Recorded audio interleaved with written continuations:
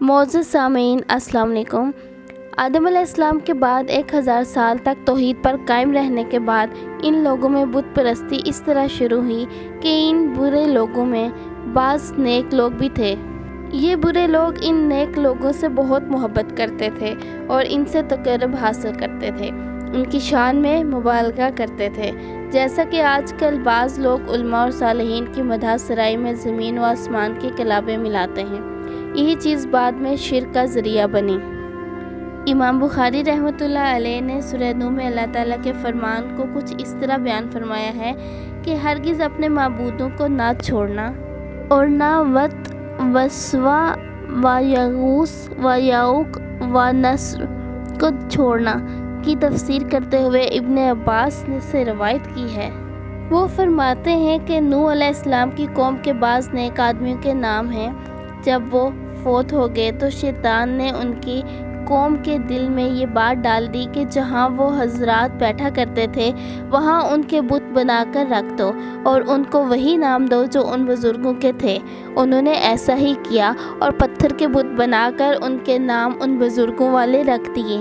اس وقت تو بتوں کی پوجا نہ ہوئی، لیکن جب یہ لوگ فوت ہو گئے اور علم مٹ گیا تب ان کی پوجا ہونے لگی۔ ابن عباس فرماتے ہیں نوح علیہ السلام کی قوم کے یہی بت بعد میں عرب میں پوجے گئے، یعنی ان نیک بزرگوں کے بت بنا لیے گئے اور آہستہ آہستہ ان کی پوجا شروع کر دی گئی اور سب لوگوں نے اللہ کی عبادت سے انکار کر دیا۔ نوح علیہ السلام اکیلے اس دنیا میں واحد اور توحید پرست باقی رہ گئے۔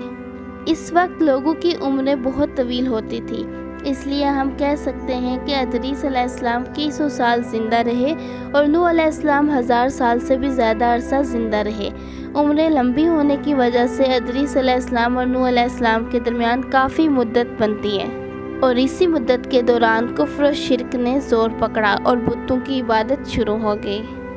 آدم علیہ السلام کے 1000 سال بعد تک لوگ توحید پر قائم رہے، پھر آہستہ آہستہ شیطان نے انہیں شرک کے راستے پر ڈال دیا۔ شرک عام ہو گیا، ایک اللہ کی عبادت بالکل ختم ہو کر رہ گئی۔ تب اللہ نے نوح علیہ السلام کو مبعوث فرمایا، انہوں نے اللہ تعالیٰ کی طرف دعوت دی، انہوں نے بہت مشقت اٹھائی، جیسا کہ سورہ نوح میں اللہ تعالیٰ فرماتے ہیں اللہ تعالیٰ بخشش و رحم کرنے والے کے نام سے شروع کرتا ہوں۔ یقیناً ہم نے نوح کو ان کی قوم کی طرف بھیجا کہ اپنی قوم کو ڈراؤ اور خبردار کر دو اس سے پہلے کہ ان کے پاس دردناک عذاب آ جائے۔ نوح نے کہا، اے میری قوم، میں تمہیں صاف صاف ڈرانے والا ہوں، تم اللہ کی عبادت کرو اور اس سے ڈرو اور میرا کہنا مانو تو وہ تمہارے گناہ بخش دے گا اور تمہیں ایک وقت مقرر تک چھوڑ دے گا۔ یقیناً اللہ کا وعدہ جب آ جاتا ہے تو موقوف نہیں ہوتا، کاش تمہیں سمجھ ہوتی۔ نوح علیہ السلام تبلیغ کے سلسلے میں سخت محنت کرتے تھے، دن رات لوگوں کے گھروں اور ان کے اجتماعات میں جا کر انہیں دعوت دیتے تھے۔ آپ انہیں اعلانیہ اور پوشیدہ طور پر دعوت دیتے، یہاں تک کہ دعوت دیتے دیتے انہیں 950 سال گزر گئے، لیکن سوائے چند لوگوں کے کوئی ایمان نہ لایا۔ تب انہوں نے اللہ سے دعا کی، اے میرے اللہ، میں نے اپنی قوم کو دن رات تیری طرف بلایا، لیکن میرے بلانے سے اور زیادہ بھاگنے لگے۔ انہوں نے اپنے کانوں میں انگلیاں ٹھونس لی، اپنے اوپر کپڑے اوڑھ لیے اور کہنے لگے، ہم تیری شکل دیکھنا نہیں چاہتے۔ میرے اللہ، یہ لوگ تیری باتیں سننا پسند نہیں کرتے۔ میں نے پھر بھی ان سے کہا، اپنے مالک سے بخشش طلب کرو، وہ بڑا بخشنے والا ہے۔ اس وقت نوح علیہ السلام کی قوم میں ایک بادشاہ تھا، وہ بہت مغرور تھا۔ وہ قوم سے کہنے لگا، نوح کی باتوں پر کان نہ دہرانا اور نہ اس سے بحث کرنا، یہ جو کرتا ہے اسے کرنے دو، تم اپنے بتوں کی پوجا پر ڈٹے رہو۔ چنانچہ لوگوں نے نوح علیہ السلام کی باتوں کی طرف سے کان بند کر لیے، اپنے بادشاہ کی بات پر عمل کرنے لگے۔ تب نوح علیہ السلام نے اللہ سے فریاد کی کہ اے پروردگار، یہ میرا کہنا نہیں مانتے، ان لوگوں کی سنتے ہیں جن کی اولاد اور مال نے انہیں فائدہ تو نہ دیا، الٹا نقصان پہنچایا، اور مجھے ستانے میں کوئی کسر نہ چھوڑی، اور آپس میں ایک دوسرے سے کہنے لگے، اپنے دیوتاؤں کو نہ چھوڑنا، اور ان لوگوں نے بہت سے لوگوں کو گمراہ کر ڈالا، اور پروردگار تو ایسا کر کے یہ ظالم اور زیادہ گمراہ ہوں۔ اتنے طویل عرصے میں صرف 80 کے قریب لوگ مسلمان ہوئے اور ان ایمانداروں کی اکثریت فقراء، مساکین، ناتواں اور غلام قسم کے لوگوں پر مشتمل تھی، جن کی معاشرے میں کوئی حیثیت نہیں تھی۔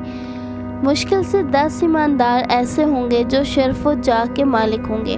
چنانچہ نوح علیہ السلام کے مغرور سرداروں نے جب اس صورتحال کو دیکھا تو اکٹھے ہو کر نوح علیہ السلام کے پاس آئے اور کہنے لگے، اے نوح، ہم چاہتے ہیں تیری باتیں سنیں اور لوگوں کو بھی تیری باتیں سننے کی ترغیب دیں اور سب تجھ پر ایمان لے آئیں، لیکن اس سے پہلے ہماری ایک شرط ہے کہ آپ کے حلقے میں جو یہ ذلیل اور حقیر لوگ آ گئے ہیں، انہیں دھکے دے کر آپ اپنے پاس سے نکال دیں، اور اس لیے کہ ہم اپنی قوم کے سردار، چودھری اور مقام و مرتبے والے لوگ ہیں، اس لیے ہم ان فقیر لوگوں کے پاس نہیں بیٹھ سکتے۔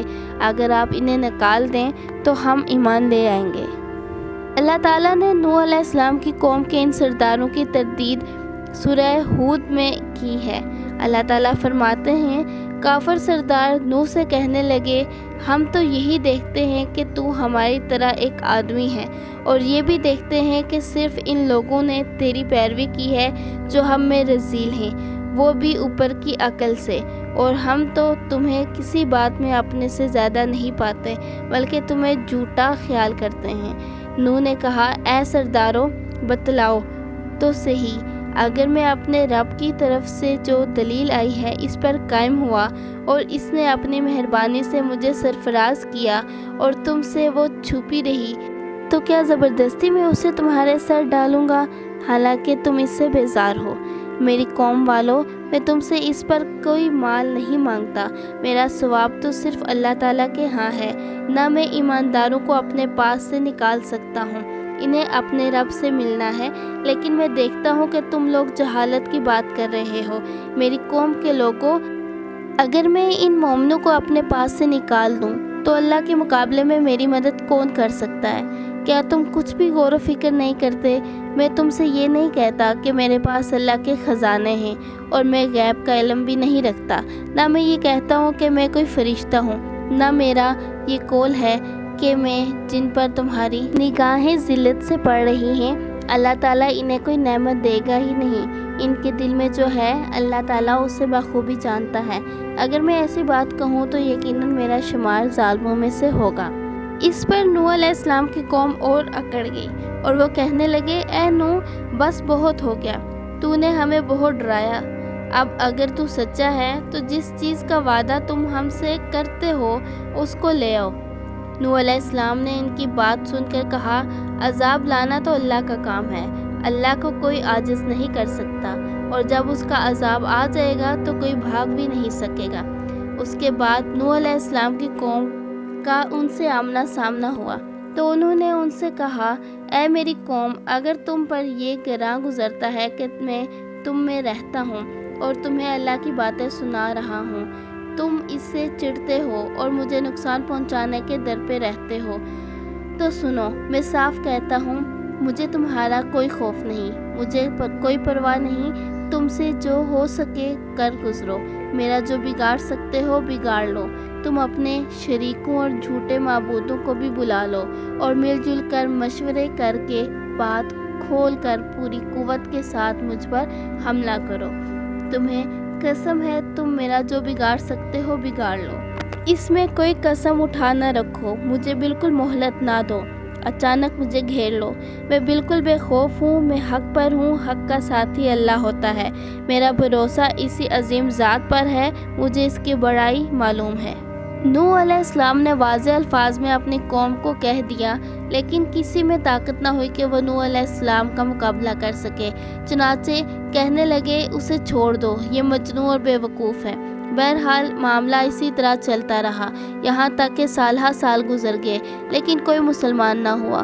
پھر پہاڑ پر رہنے والے لوگ روز بروز برائی میں ترقی کرتے چلے گئے، اور جو لوگ شروع میں ایمان لائے تھے ان کے علاوہ اور کوئی شخص ایمان نہ لایا۔ نوح علیہ السلام انہیں مسلسل دعوت دیتے رہے مگر بے اثر، یہاں تک کہ اللہ تعالیٰ نے نوح علیہ السلام کی طرف وحی کی کہ اب کوئی شخص ایمان نہیں لائے گا۔ اللہ تعالیٰ سورہ ہود میں فرماتے ہیں، نوح کی طرف وحی کی گئی کہ آپ کی قوموں میں سے جو ایمان لا چکے ہیں ان کے سوا اور کوئی اب ایمان نہیں لائے گا، بس آپ ان کے کاموں پر غمگین نہ ہوں۔ مطلب یہ تھا کہ آپ غم نہ کریں، اللہ کا حکم اب پورا ہونے والا ہے۔ نوح علیہ السلام کے جذبے کو دیکھیں، مسلسل 950 سال تک دعوت دیتے رہے، لوگ انہیں جھٹلاتے رہے، لیکن پھر بھی ان سے نا امید نہ ہوئے۔ اب جب کہ اللہ تعالیٰ کی طرف سے وحی آ گئی کہ ان میں سے کوئی اور ایمان نہیں لائے گا اور کسی میں طاقت نہیں کہ انہیں ہدایت عطا فرمائے، تو نوح علیہ السلام نا امید ہو گئے اور انہوں نے اپنی قوم پر بد دعا کی۔ اس کا ذکر اللہ تعالیٰ نے سورہ نوح میں کیا ہے۔ نوح نے کہا، اے میرے پروردگار، تو روئے زمین پر کسی کافر کو رہنے سہنے والا نہ چھوڑ، اگر تو انہیں چھوڑے گا تو یہ یقیناً تیرے اور بندوں کو بھی گمراہ کر دیں گے، اور ان کے ہاں جو اولاد ہوگی وہ بھی بدکار ناشکری ہوگی۔ اے میرے پروردگار، تو مجھے اور میرے ماں باپ کو اور جو بھی ایماندار ہو کر میرے گھر آئے اور تمام مومن مردوں اور عورتوں کو بخش دے اور کافروں کو سوائے ہلاکت کے اور کچھ نہ دے۔ اللہ تعالیٰ فرماتے ہیں کہ جب نوح علیہ السلام نے ہمیں مدد کے لیے پکارا تو پھر ہم نے ان کی مدد کی اور اسے ایک بڑی کشتی بنانے کی وحی کی، لیکن نوح علیہ السلام نہیں جانتے تھے کہ وہ اتنی بڑی کشتی کیسے بنائیں، اور نہ ہی وہ بڑھئی تھے کہ اس کام سے واقف ہوتے۔ اس لیے اللہ تعالیٰ نے ان کی طرف یہ وحی کی کہ ہماری آنکھوں کے سامنے اور ہماری وحی کے مطابق ایک کشتی تیار کرو۔ اللہ تعالیٰ نے وحی کے ذریعے ان کی رہنمائی کی کہ وہ اس طرح کریں، اور مزید تعلیم کے لیے جبرائیل علیہ السلام کو بھیج دیا۔ وہ انہیں بتلاتے گئے کہ اس طرح کشتی تیار کرو۔ نوح علیہ السلام ایک پہاڑ پر رہتے تھے، ان کے ارد گرد درخت نہیں تھے، نہ پانی تھا، چنانچہ انہوں نے بہت سے درخت اگائے، پھر ان کو کاٹا اور پہاڑ پر بیٹھ کر کشتی تیار کرتے رہے۔ آپ بڑے بڑے تخت بناتے اور لوہا لاتے اور ان سے کیل تیار کرتے، پھر ان کیلوں کو تختوں میں ٹھوکتے۔ آپ اس میں ان تختوں کو ملاتے یہاں تک کہ بہت بڑی مضبوط اور دیو ہیکل کشتی تیار ہو گئی۔ نوح علیہ السلام نے اس کو 100 سال میں تیار کیا۔ یہ تھی وہ کشتی جسے نوح علیہ السلام نے اللہ کی ہدایت کے مطابق تیار کیا تھا۔ سورۃ القمر میں ارشاد ہوتا ہے، اور ہم نے نوح کو اس کشتی میں سوار کیا جو تختوں اور کیلوں سے بنی ہوئی تھی۔ نوح علیہ السلام نے دعوت کا کام چھوڑ دیا اور کشتی بنانے لگے۔ وہ لوگ جب انہیں کشتی بناتے دیکھتے تو ان کا مذاق بناتے، کہتے، نوح پہلے تو نبی تھا، اب بڑھئی بن گیا۔ مزید کہتے، یہ کیسا مجنون ہے کہ پہاڑ پر کشتی بنا رہا ہے۔ تعجب ہے اس پر۔ اللہ نے ان کافروں کے مذاق کا ذکر سورہ ہود میں کیا ہے۔ نوح کشتی بنانے لگے، اس قوم کی جو جماعت اس کے پاس سے گزرتی وہ اس کا مذاق اڑاتی۔ وہ کہتے، اگر تم ہمارا مذاق اڑاتے ہو تو ہم بھی تم پر ایک دن ہنسیں گے۔ جیسے تم مسخرہ پن کر رہے ہو، تمہیں بہت جلد معلوم ہو جائے گا کہ کس پر عذاب آتا ہے جو اسے رسوا کرے اور اس پر ہمیشہ کا عذاب اتر آئے۔ اس کشتی کا حلیہ ابن عباس سے روایت میں یوں بیان ہوتا ہے۔ وہ بیان کرتے ہیں کہ نوح علیہ السلام نے پہاڑ پر ایک کشتی تیار کی اور اسے تارکول سے لت پت کیا۔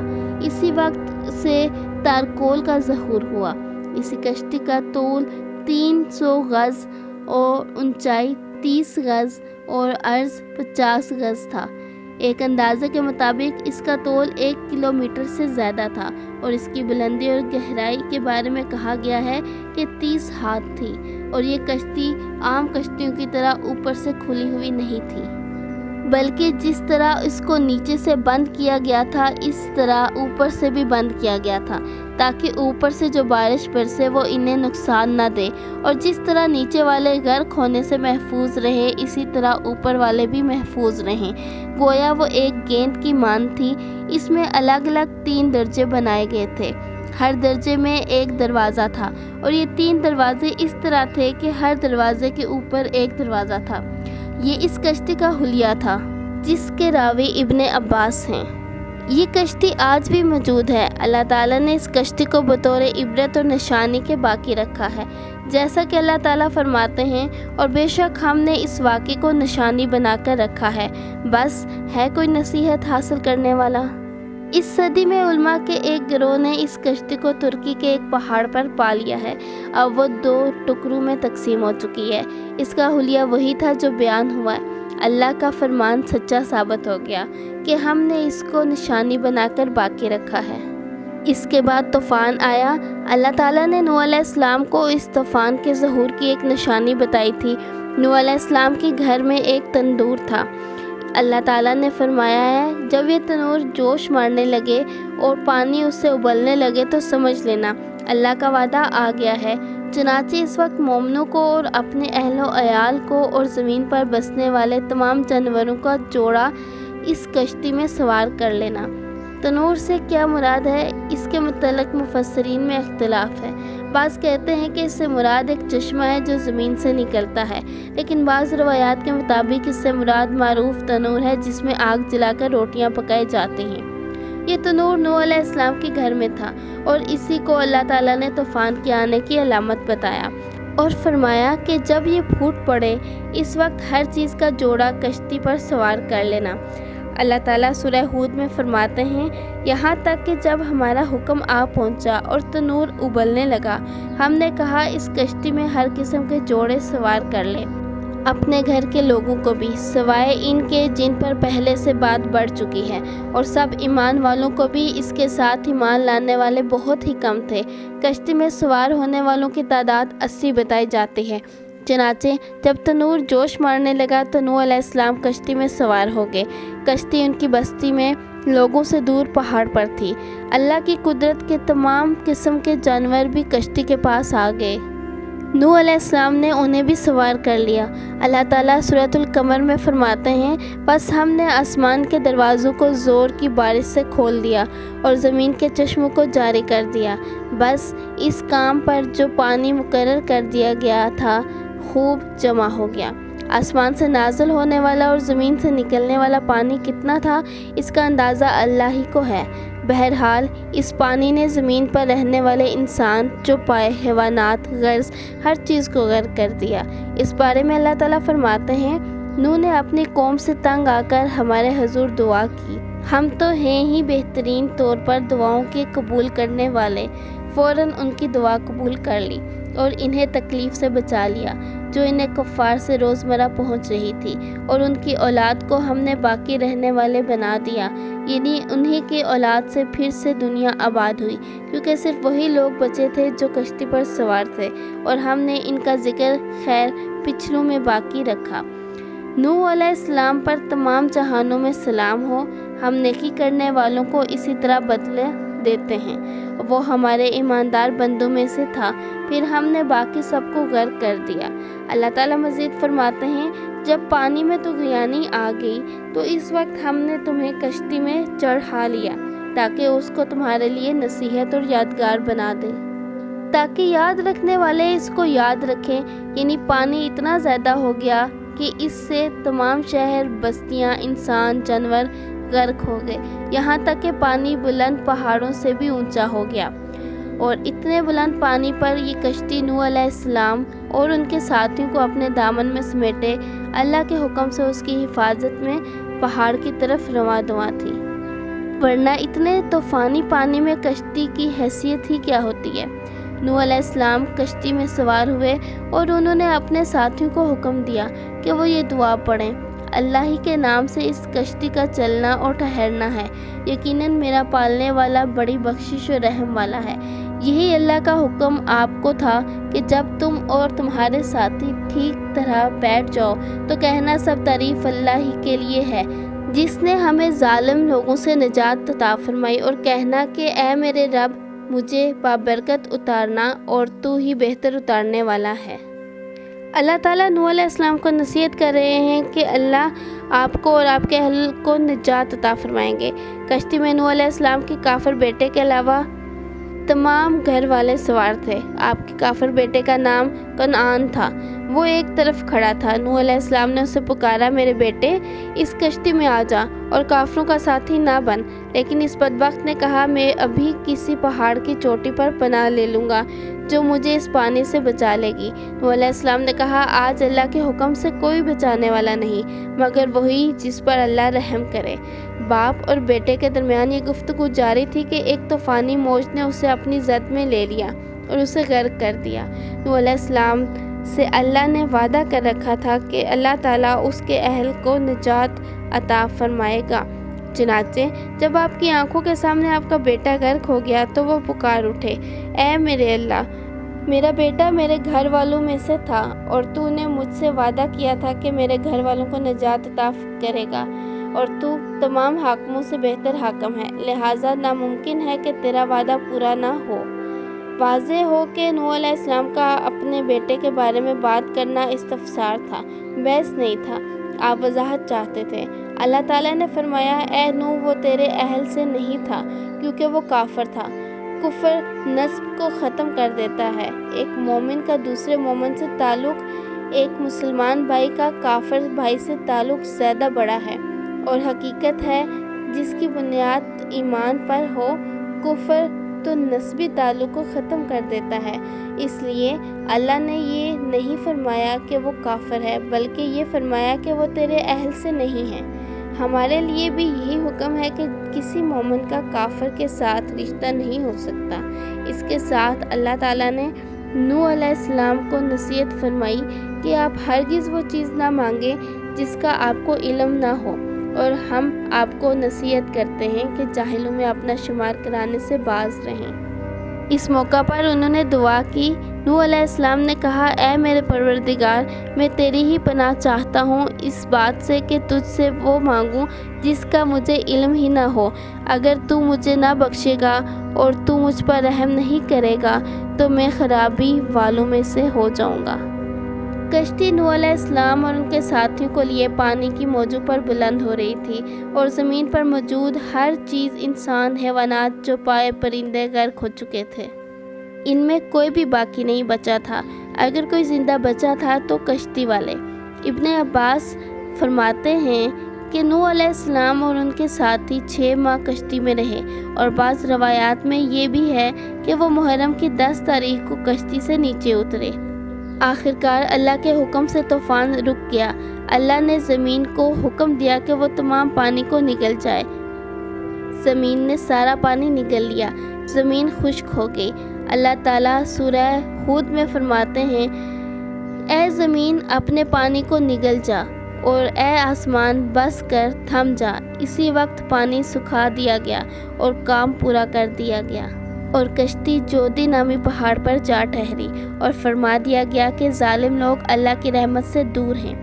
اب انہیں حکم ہوا کہ سلامتی کے ساتھ کشتی سے اتر آئیں، آپ پر بھی برکت نازل ہوگی اور ان قوموں پر بھی جو آئندہ آپ کی نسل سے پیدا ہوگی، اور آپ کی نسل میں سے کچھ لوگ ایسے بھی ہوں گے جنہیں ہم فائدہ تو ضرور پہنچائیں گے، پھر انہیں ہماری طرف سے دردناک عذاب پہنچے گا۔ بہت سی روایات میں یہ بات مذکور ہے کہ نوح علیہ السلام ایک لمبی مدت یعنی 6 ماہ کشتی میں طوفان تھم جانے کا انتظار کرتے رہے۔